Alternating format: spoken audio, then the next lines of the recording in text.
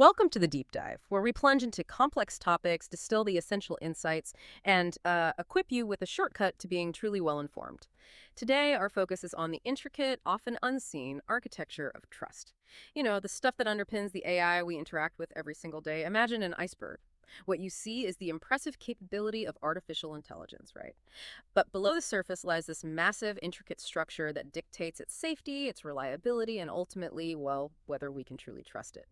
This hidden blueprint, it profoundly dictates our experience and our confidence. That's a really powerful way to frame it, actually. As artificial intelligence becomes increasingly integrated into, the critical infrastructure of our lives, everything from healthcare diagnostics and financial algorithms to the AI powering our smart homes, the need for robust, clear, and universally understood regulatory frameworks becomes not just important but absolutely critical. This is particularly evident in the European Union, which has proactively positioned itself at the global forefront of AI regulation. They're aiming to establish a high bar for responsible AI development and deployment worldwide. Okay, so let's unpack this for you. Our main subject for this deep dive is the monumental EU Artificial Intelligence Act, often referred to simply as the EU AI Act. And nested within this ambitious piece of legislation is a component that might sound, well, a bit technical, but is profoundly crucial: harmonized standards. Now, these aren't just dry technical specifications. Think of them as the practical blueprint, maybe like the hands-on instruction manual for how AI systems will demonstrably achieve safety, transparency, and interoperability across the entire European Union. They sort of bridge the gap between abstract legal requirements and, practical implementation. Precisely. Harmonized standards serve a vital, almost alchemical purpose. They translate the often complex, high-level legal requirements embedded within the EU AI Act into concrete, actionable, and verifiable specifications. And this clarity offers immense benefits for everyone involved. For firms developing AI, it provides a precise roadmap for compliance. For regulators, it offers clear benchmarks for effective oversight.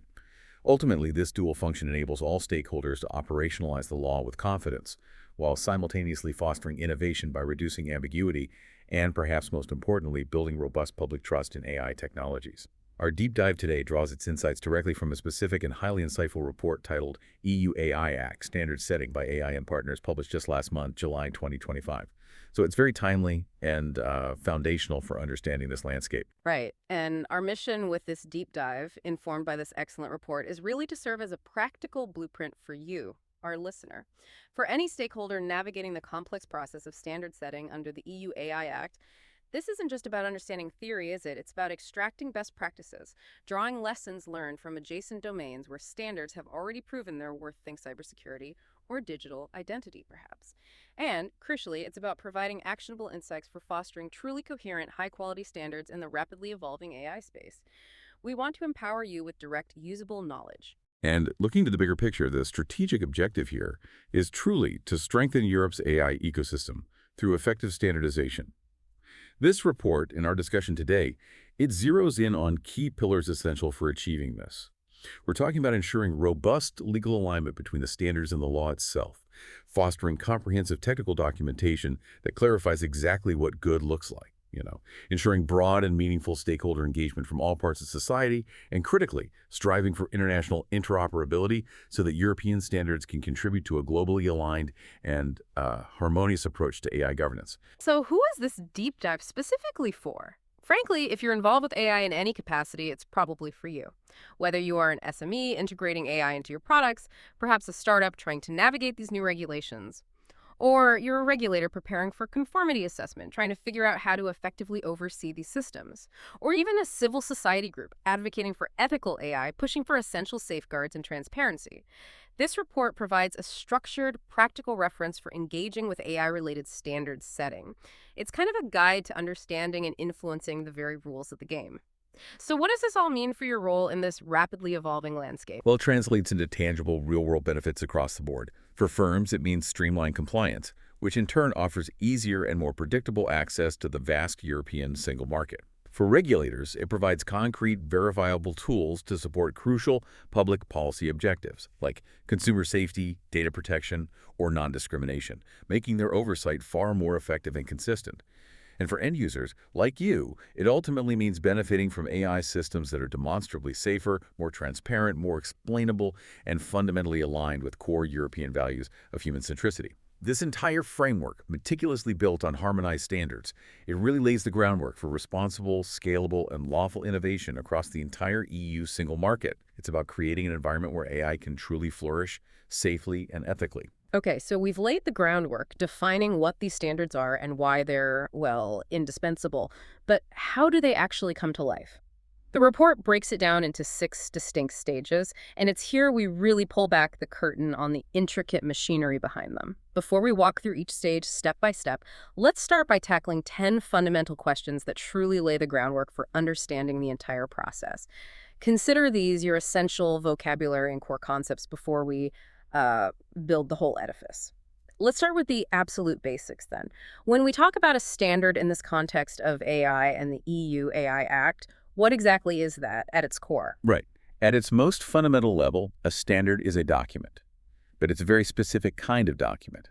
It provides agreed-upon guidelines, technical specifications, or criteria. Its overarching purpose is to ensure that products, services, and systems are safe, reliable, and perform exactly as they're intended to, consistently. Think of it as a foundational, widely accepted agreement, a sort of common understanding of how something should be designed, tested, or operate. It's the technical consensus for quality and consistency. Okay, we often think of standards as just about making things uniform, like, I don't know, a common plug for an electrical outlet. But the report suggests their impact runs far deeper.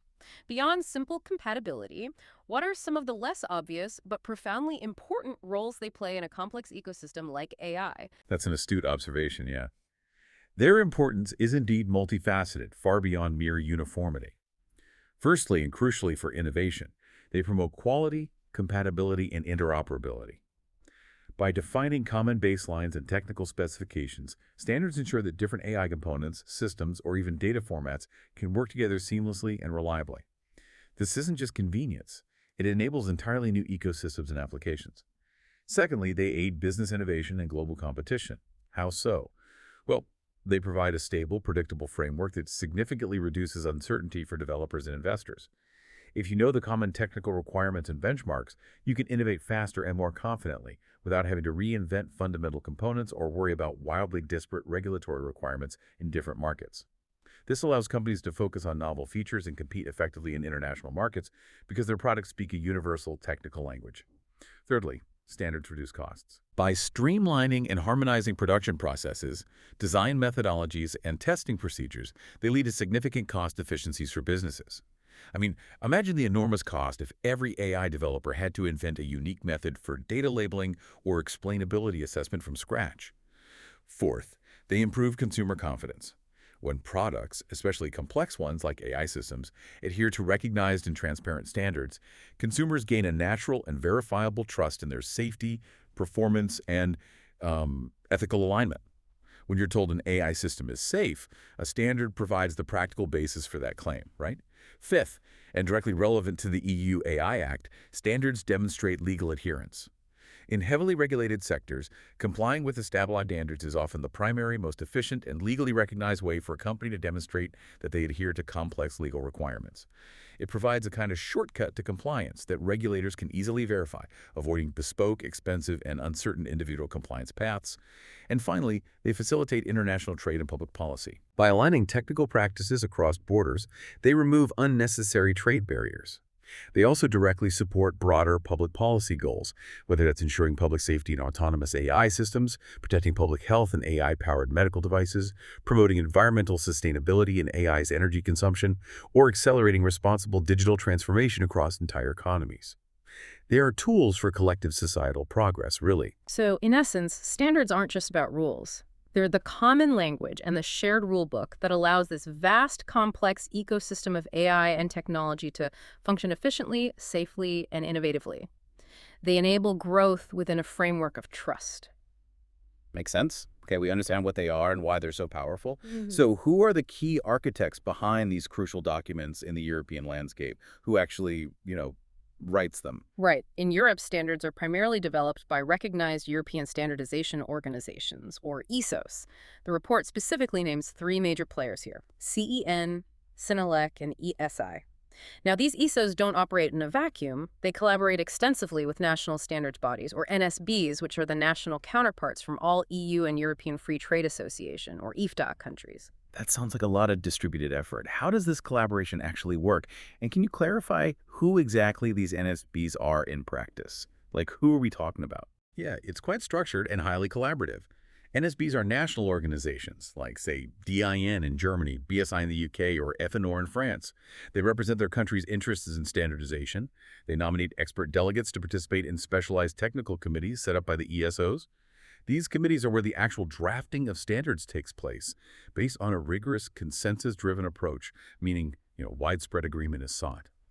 It's crucial to emphasize that this process is designed to be highly inclusive and transparent, ensuring a balanced representation of interests from various sectors, from industry and public authorities to non-governmental organizations, academia, and various consumer groups. Once a standard is developed and approved at the European level by the ESOs, it's then adopted by these NSBs into their national catalogs. And if they are specifically designated as harmonized standards, their subsequent publication in the official journal of the European Union offers that powerful presumption of conformity with EU legislation. That's a major benefit for anyone operating in the European market. It's a powerful mechanism for market unity. That phrase, harmonized standard, it's clearly a central concept in this report and the EU AI Act. What makes a standard harmonize as opposed to just a regular standard? Is it simply a label, or is there like a fundamental difference? Oh, it's a fundamental difference. A harmonized standard is a European standard that is specifically developed by an ESO under a formal request. This request is often called a mandate, and it's issued directly by the European Commission. The key distinction here is that the purpose of this mandate is always to support specific EU legislation, such as the EU AI Act, by providing detailed technical specifications that help fulfill its high-level legal requirements. So it's not just any standard that happens to be useful. It's a standard commissioned to support specific EU law. Okay, so it's not just any standard, but one directly linked to EU law. What's the practical, tangible benefit for a company once a standard achieves this harmonized status and gets published? The practical benefit is immense, and it's really a cornerstone of the EU single market. Once such a standard has been meticulously assessed for its compliance with that specific mandate from the Commission, and then officially published in the official Journal of the European Union, or OJU, it automatically provides what's known as a presumption of conformity with the relevant legal requirements outlined in that EU legislation. This includes critical areas like safety, health, data protection, or environmental considerations. What this means in practice is that if your product or service complies with this published harmonized standard, it is presumed by law to comply with the relevant legal requirements. This significantly reduces the burden of proof for companies. Wow, that sounds like a massive advantage for businesses. It's almost like a fast track to market access, isn't it? It absolutely is. Manufacturers, for example, can leverage these harmonized standards to easily demonstrate that their products comply with EU law. This greatly simplifies complex and costly processes like CE, marking that little symbol you see on many products indicating compliance and streamlines market access across all EU member states.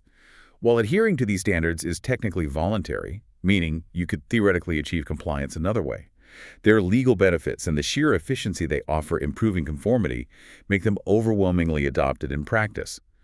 For most companies, it's the most straightforward, cost-effective, and legally robust path to compliance and market entry. Okay, given the number of different parties involved, industry, consumer groups, regulators, how do all these diverse voices actually get heard and contribute meaningfully to the content of these standards? It sounds like it could be a complex negotiation. It is indeed complex, but it's a carefully structured negotiation and collaboration. Stakeholders play a truly central and active role throughout the standard-setting process. The technical committees that are formed by the standardization bodies, both ESOs and NSBs, include representatives from an incredibly broad spectrum of interests. We're talking about direct input from industry players of all sizes, public authorities, non-governmental organizations, academia, and various consumer groups. It's explicitly designed to bring diverse expertise and perspectives to the table to ensure the standards are balanced and fair. What stands out to you about how this diverse input is collected and integrated? Where do they really make their impact felt in the process? For me, the inquiry stage is a particularly critical juncture, a true crucible for diverse input. During this phase, which we'll discuss in more detail shortly, draft standards are publicly circulated for comment. This allows for incredibly broad participation, ensuring that a wide range of perspectives are captured from the minutiae of technical feasibility to broader ethical considerations. All of that feedback is then meticulously reviewed by the drafting committees, and crucially, Revisions to the draft are indeed made based on this vital stakeholder input. So it's not just a formality where comments disappear into a black hole. The feedback genuinely shapes the standard. That must be important. Precisely. This inclusive approach significantly enhances the legitimacy and transparency of the standards. It ensures they're not just developed by a few technical experts in a room somewhere, but are broadly supported and workable. At the national level, NSBs also actively consult their respective stakeholders to form a unified national position during European voting on these standards. This multi-level collaboration ensures that diverse needs are reflected, which is absolutely vital for building consensus and creating technically sound, balanced, and widely applicable standards that actually work in the real world and garner broad acceptance. The European Commission keeps popping up as a key player throughout this entire process, almost like an overarching conductor, you might say. What's their specific overarching role in this complex European standardization system? Yeah, their role is multifaceted, operating on both strategic and regulatory levels. The Commission is the entity that issues those critical standardization requests or mandates to the European standardization organizations. These mandates are specifically for the development of harmonized standards that directly support EU legislation, like the AI Act. So they essentially set the agenda and define the legal necessity for a standard. And beyond just issuing requests, what other ongoing responsibilities do they have? How do they influence standards as they are being developed or implemented? Oh, they're deeply involved throughout the life cycle. The Commission actively monitors the implementation of these standards as they are being developed, making sure they stay aligned with the mandate. They also provide crucial funding for standardization activities and play a role in ensuring overall legal coherence across the entire EU framework, preventing conflicts between standards and existing laws. And, importantly, after a standard is developed and approved, the Commission conducts a final assessment to ensure it truly meets the stipulated legal requirements before publishing it in the official journal of the European Union. This final check is absolutely critical for the standard to gain its presumption of conformity. What does this comprehensive involvement mean for the bigger picture of AI regulation in Europe? How does it serve the EU's broader goals? Well, through this comprehensive involvement, the Commission ensures that standards effectively serve broader public policy goals. These aren't just technical specifications for engineers. They're instruments for achieving objectives like enhancing public safety in AI applications, fostering responsible innovation, promoting sustainability in AI's environmental footprint, and accelerating digitalization across the economy while safeguarding fundamental rights. They also actively promote inclusiveness within the standardization process itself and ensure alignment with both international best practices and internal market regulations, making them a crucial steering force for AI governance and ensuring a consistent approach across all member states. You mentioned the inquiry stage a moment ago as a key point for stakeholder involvement, describing it as a crucible. Can you walk us through what that actually entails and why it's so important in the life cycle of a standard? Absolutely. The inquiry stage is a formal, highly transparent public consultation phase. During this stage, draft standards, which have been technically drafted by experts, are widely circulated to a broad range of stakeholders for their thorough review and comment. This entire process is managed by the national standards bodies within each country, acting as conduits for national feedback. What stands out to you about how this consultation operates, practically speaking? Is it just an open invitation, or is there a more structured approach to ensure effective feedback? It's very structured, yes. This stage is typically time-bound, usually lasting between 60 to 90 days, to ensure focused and timely input. It allows a diverse range of interested parties, from industry professionals and regulatory bodies to consumer advocacy groups, academics, and even individual experts, to submit detailed, often highly technical, feedback on various aspects of the draft. They can comment on its technical content, its practical applicability in real-world scenarios, its clarity, or even its potential unintended consequences. All comments submitted are then rigorously reviewed by the responsible technical committee. And crucially, revisions to the draft are indeed made based on this vital stakeholder input, demonstrating a tangible impact from public participation. So it's not just a formality where comments are collected and maybe forgotten. The feedback genuinely shapes and improves the final document. This must be critical for legitimacy, right? Precisely. This stage is critical because it ensures deep scrutiny and actively fosters consensus among diverse parties. It significantly improves the overall quality and relevance of the final standard before it advances to the final approval phase, making it a cornerstone of transparency and effectiveness in the entire standard development process. It's where the rubber truly meets the road in terms of integrating diverse, real-world perspectives. It builds buy-in, which is essential for successful adoption down the line. Okay, so the standard goes through all these rigorous checks and balances. It gets approved by the technical committees, maybe consultants. What's the significant next step, the grand finale, so to speak, once a harmonized standard is formally approved and vetted? Right. Once it's approved and has been thoroughly assessed for its compliance with the legal mandate from the European Commission, the harmonized standard is officially published in the Official Journal of the European Union, or OJU. This isn't just some bureaucratic formality. It's a definitive act that formally grants it its legal status and prominence within the EU system. What's the big deal about being listed in the OJU? What legal power does that publication confer that wasn't there before? Why is this step the decisive one? Once listed, the standard acquires immense legal weight. It now directly provides that crucial presumption of conformity with the relevant EU legislation, such as specific directives or regulations like the AI Act. This means that products, services, or processes that comply with this newly published harmonized standard are automatically presumed by law to meet the essential legal requirements laid out in EU law. This dramatically simplifies compliance efforts for businesses, removing much of the burden of proving compliance from scratch, and crucially, it streamlines their market access across the entire EU. This publication in the OJU is the final and definitive step in the entire harmonization process, solidifying the standard's legal and regulatory significance within the European Union system. It provides that much-needed legal clarity for the market. This is a question we often get asked about regulations. Are these standards actually mandatory, or are they more like strong recommendations that companies should follow? How much choice do businesses truly have here? That's a crucial distinction, and it's important to be clear. Standards are generally voluntary. They only become legally binding if they are explicitly referenced in legislation, meaning the law itself states you must comply with Standard X, or if their adherence is made mandatory through specific contractual agreements or other regulatory requirements, maybe like a tender specification for a government contract. But what about harmonized standards specifically? They offer that powerful presumption of conformity, which sounds like a huge incentive. Is it truly voluntary if it offers such a big benefit? Are companies practically forced to use them? That's precisely where the nuance lies.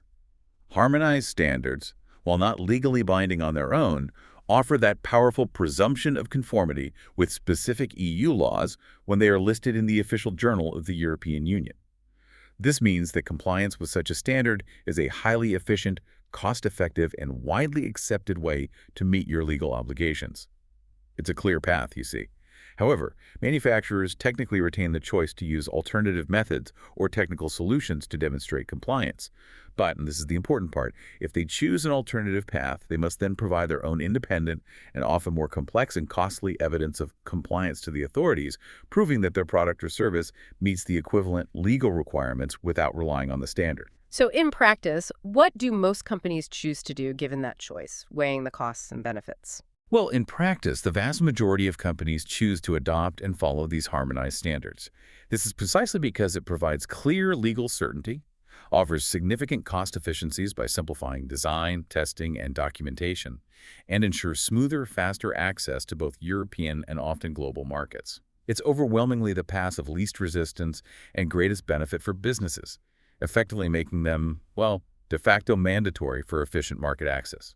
Technology, especially AI, is evolving at lightning speed. Do these standards just stay fixed once they're published, or can they adapt to new advancements and challenges in the field? It seems like they would become outdated very quickly otherwise. That's a very fair concern, absolutely, given the pace of technological change. However, standards are absolutely designed to be dynamic. They are reviewed periodically, typically every 5 years or so, to ensure they remain current, relevant, and effective in a changing technological landscape. Based on these comprehensive reviews, a standard may be confirmed as still valid, comprehensively revised to reflect new developments, or even completely withdrawn if it's no longer needed or has been superseded by a newer, better version. What prompts these revisions, and crucially, who can initiate them if, say, a new AI breakthrough fundamentally changes the field, making an existing standard obsolete? Revisions are often triggered by significant technological advancements, just as you mentioned with AI. They can also be prompted by the evolution in market practices or changes in legal requirements, for example, if the EU AI Act itself is amended or updated down the line. Importantly, stakeholders, including companies, research institutions, and even consumer groups, can also propose updates if new issues or better technical solutions arise from their real-world experience.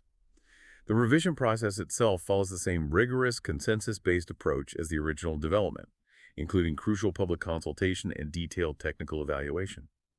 Withdrawal, on the other hand, happens when a standard becomes outdated, is replaced by a newer version, or is simply no longer needed in the market. National standards bodies then reflect these changes in their national catalogs, maintaining alignment with European and international standardization practices. It's a constant cycle of refinement, really. It might sound counterintuitive to somehow. How can a system of rules and guidelines actually promote innovation?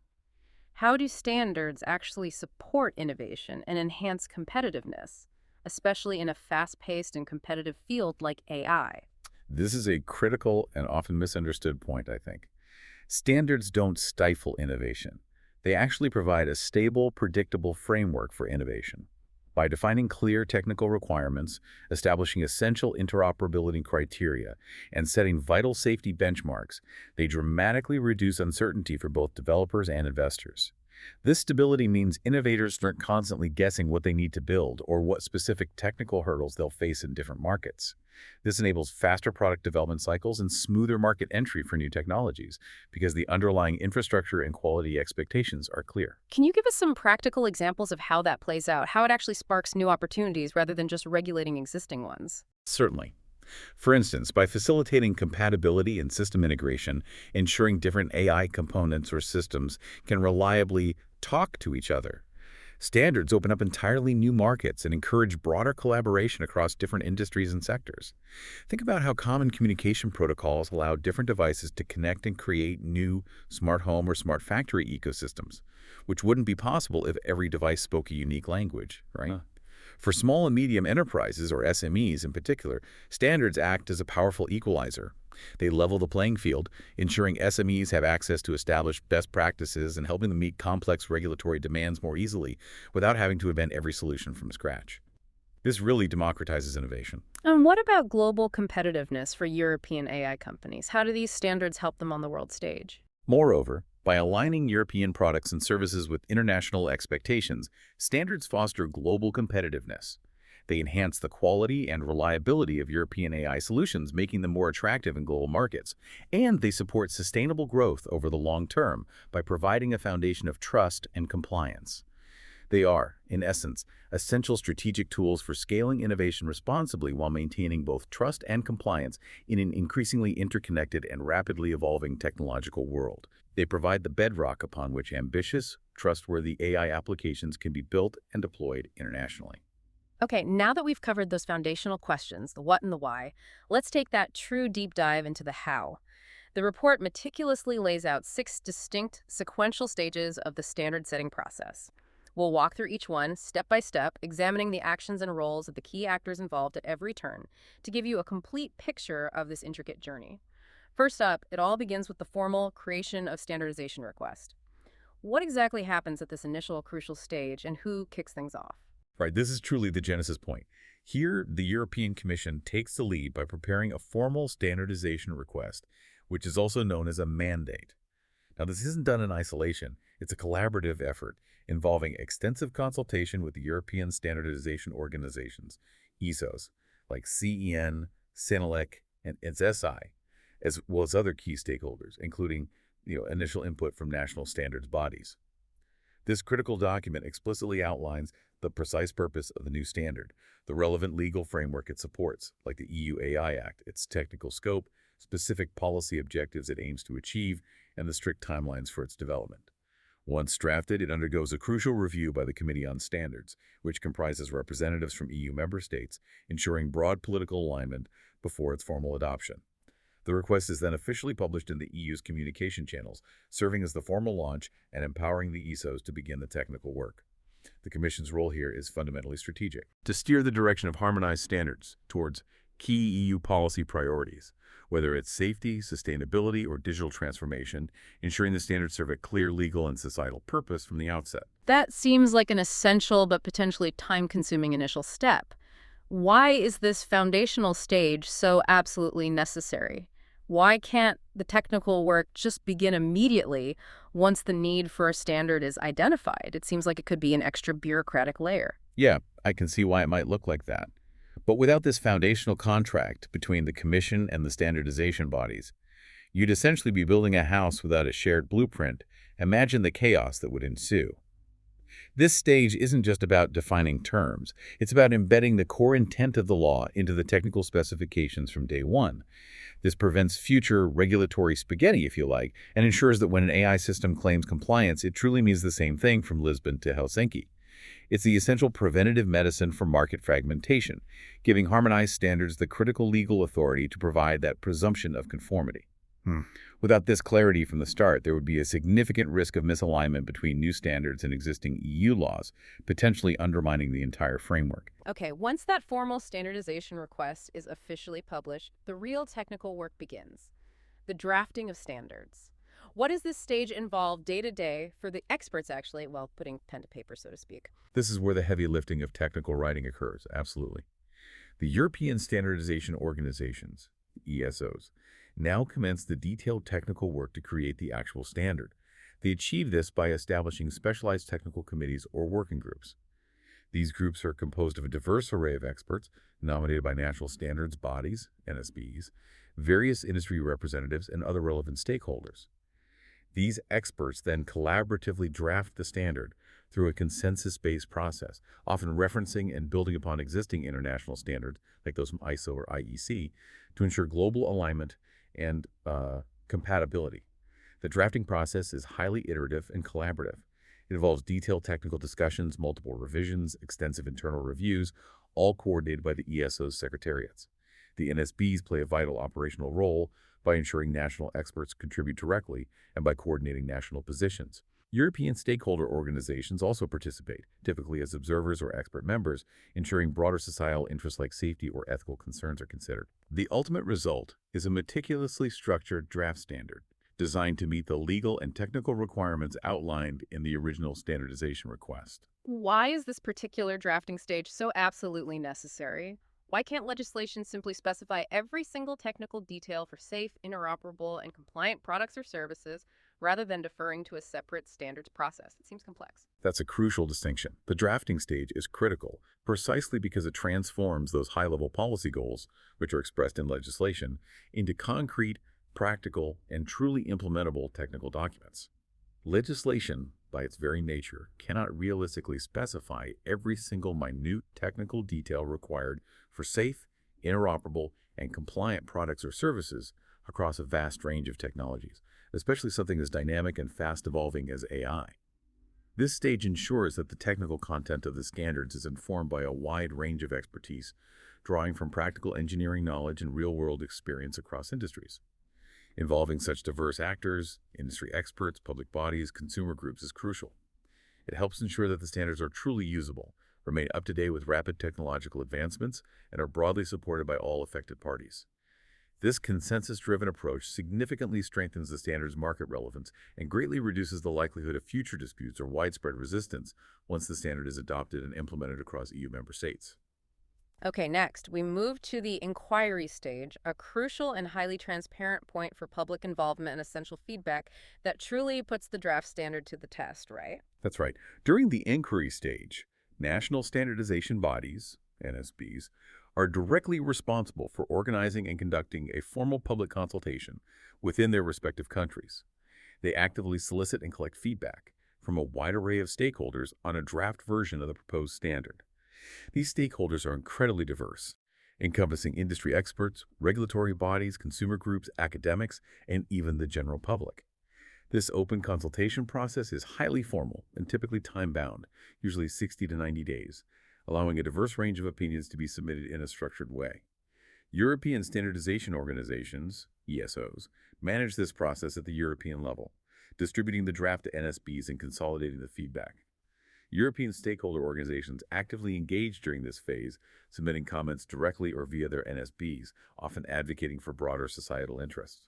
All feedback is meticulously reviewed by the relevant committees, and revisions to the draft are indeed made based on this vital stakeholder input, which then impacts the standard's legal compliance down the track. What's fascinating here is Why is this public consultation so absolutely critical for ensuring the quality, legitimacy, and widespread acceptance of the final standard?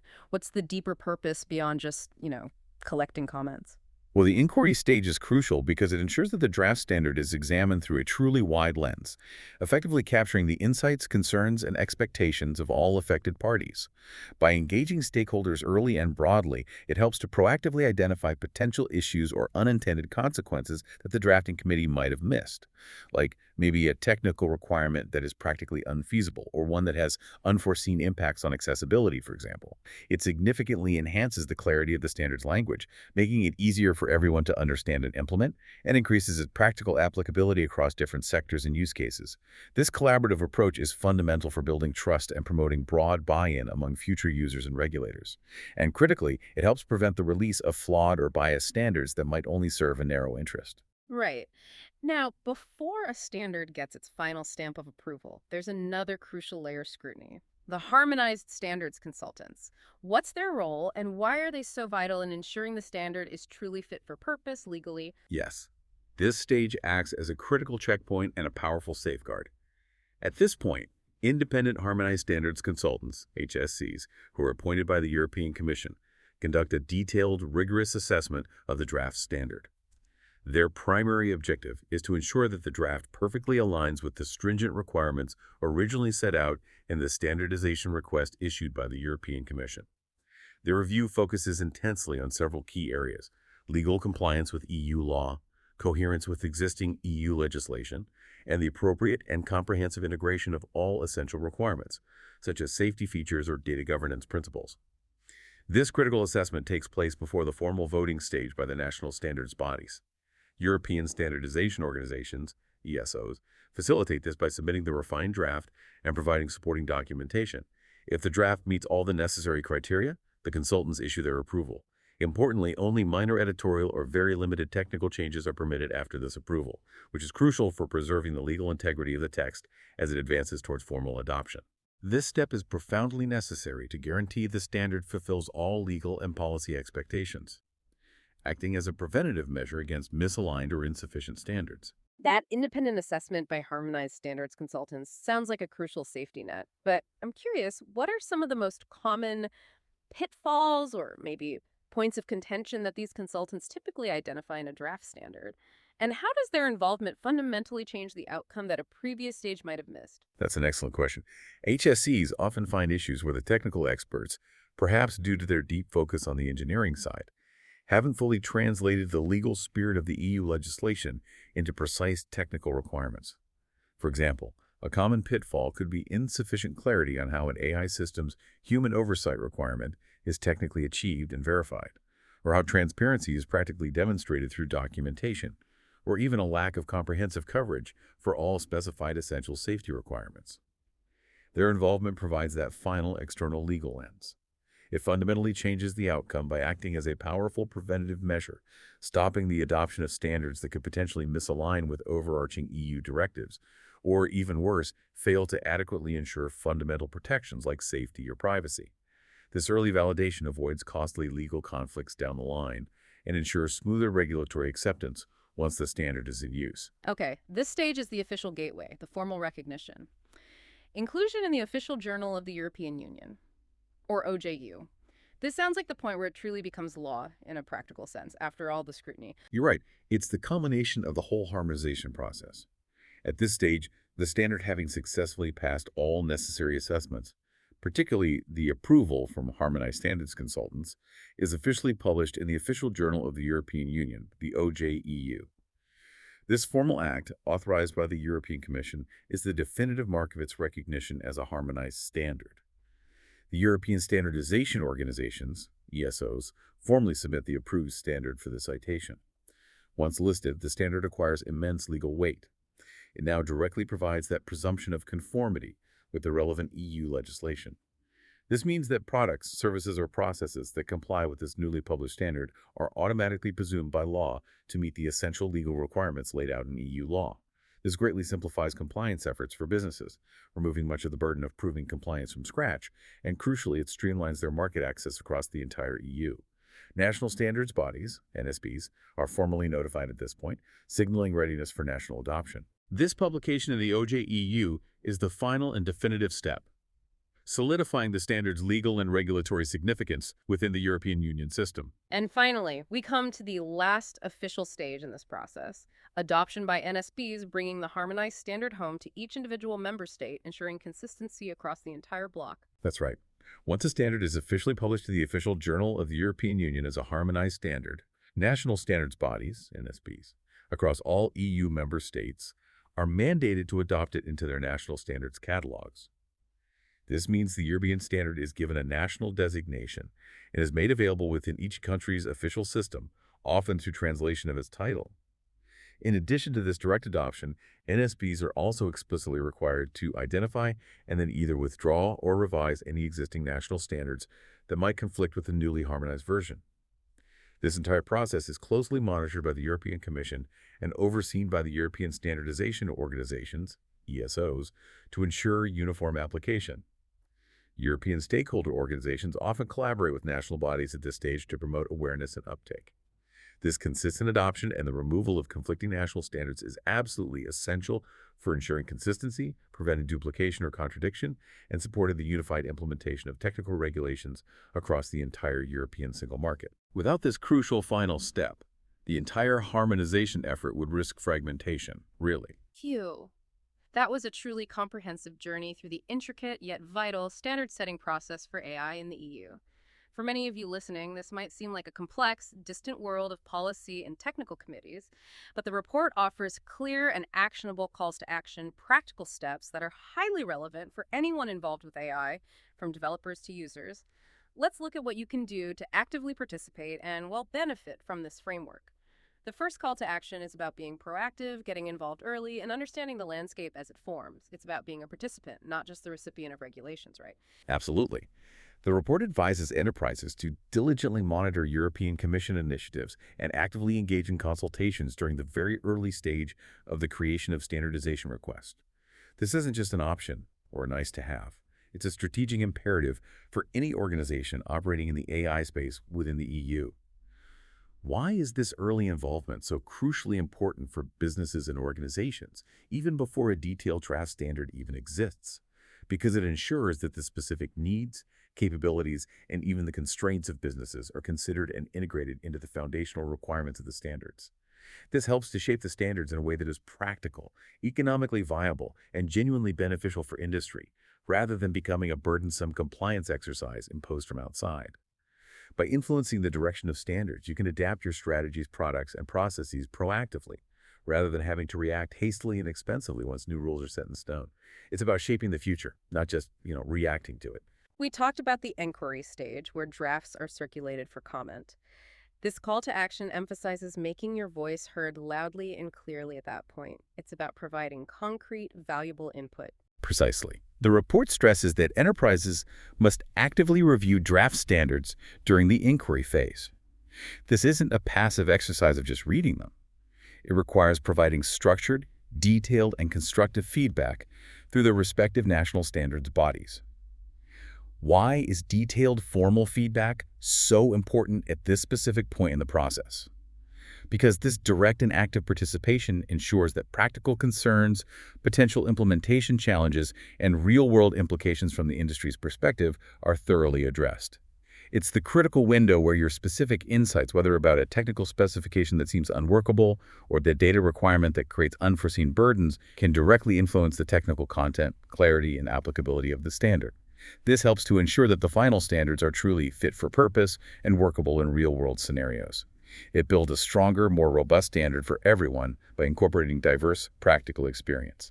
This next call to action sounds a bit like doing your homework before the test is officially announced. What does it mean to pre-assess draft standards, and who should be doing this internally? It's an excellent analogy, actually. The report strongly recommends that enterprises should internally review draft standards against the original standardization request criteria. This internal check should anticipate the exact evaluations that will later be conducted by the independent harmonized standards consultants. It's essentially a self-audit for compliance, done even before the standard is finalized. Your internal technical and legal teams should be writing scenarios against the draft, What's the significant payoff for being this proactive and performing this kind of internal review, especially given all the other demands on a company's time and resources? This proactive approach is highly strategic because it enables the early identification of any potential compliance challenges that a company might face once the standard becomes official. Knowing these challenges in advance allows companies to inform their corporate advocacy efforts where necessary, perhaps proposing changes to the draft to make it more feasible, or critically, preparing their internal systems and product designs for upcoming changes. It helps avoid costly and disruptive surprises down the line, ensuring a smoother and more efficient transition to compliance, rather than a frantic scramble when the standard is finally published. Right. And finally, once a standard has gone through all these stages, is officially published in the OGU, and gains that crucial harmonized status, what's the immediate, most critical next step for any enterprise developing or using AI? Okay, the report states unequivocally that upon a standards publication in the official journal of the European Union, enterprises must immediately and thoroughly integrate it into their internal compliance frameworks and product design processes. This isn't a task to delay or put on the back burner. It's an urgent operational imperative. So why the urgency here? What are the implications of a swift update versus a delayed one? Why is speed of integration so paramount at this final stage? The urgency stems directly from the fact that harmonized standards grant that valuable presumption of conformity. By swiftly integrating the newly published standard, companies can immediately benefit from this legal certainty. Timely updates minimize legal risks, reduce the potential for regulatory scrutiny because you can quickly demonstrate compliance and ensure smoother market access for their products and services across all EU member states. It's about leveraging the legal benefits instantly to ensure continuous, uninterrupted operations and maintaining a competitive edge in the European market. Delays can mean lost market opportunities or increased legal exposure, plain and simple. Wow. We've gone on quite the deep dive today, uncovering the fascinating, multi-layered world of EU AI Act standard setting. It's far from just a bureaucratic exercise, isn't it? It represents a truly transformative shift in how AI systems are designed, assessed, and ultimately deployed across Europe. That's right. It explicitly moves the AI landscape toward a more consistent, transparent, and legally robust compliance model. These clear technical specifications and shared benchmarks are invaluable as they translate the high-level legal obligations of the AI Act into practical, implementable pathways. This significantly reduces uncertainty for innovators while simultaneously supporting rigorous regulatory oversight and safeguarding fundamental rights for individuals. It's building the practical bridge between law and technology, ensuring that AI development is anchored in tangible, verifiable requirements. And as we've seen, the standard setting process itself is a critical convergence point, a place where AI firms, regulators, and a broad array of stakeholders come together, often with very different perspectives. This convergence facilitates inclusive dialogue, fosters crucial technical consensus among diverse parties, and ultimately drives market-wide interoperability, which is vital for the healthy growth and evolution of the AI ecosystem. It's a mechanism for collective intelligence to shape a complex future. Absolutely. And when these harmonized standards are thoughtfully developed and rigorously applied, they can powerfully accelerate alignment with the AI Act's core requirements for data governance, robust human oversight, transparency, and comprehensive lifecycle risk management. This process, in turn, doesn't just ensure compliance. It actively fosters trust in AI systems and stimulates responsible innovation across the entire EU single market. It's a virtuous cycle, really, where clarity leads to confidence, and confidence fuels responsible progress. Of course, while the benefits are clear, successful adoption of harmonized standards depends on more than just robust technical drafting. It equally demands operational readiness from companies, proactive and consistent participation from all stakeholders, and a continual alignment with the rapidly evolving legal and societal expectations surrounding AI.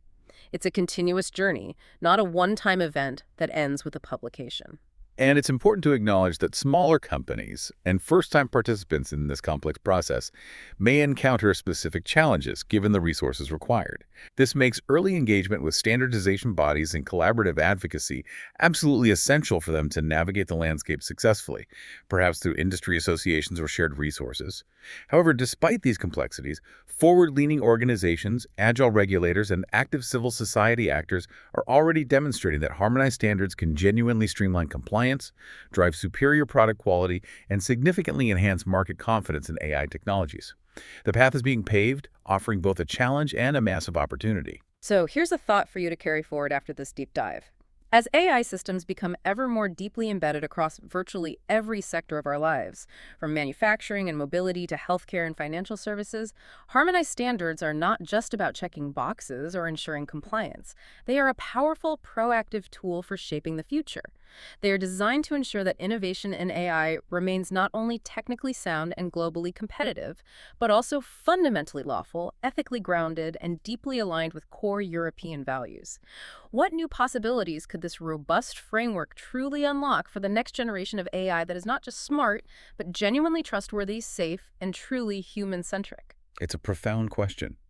These standards are truly building the foundational layer for an AI future that is both incredibly innovative and deeply human-centric, a future we can all hopefully confidently rely on.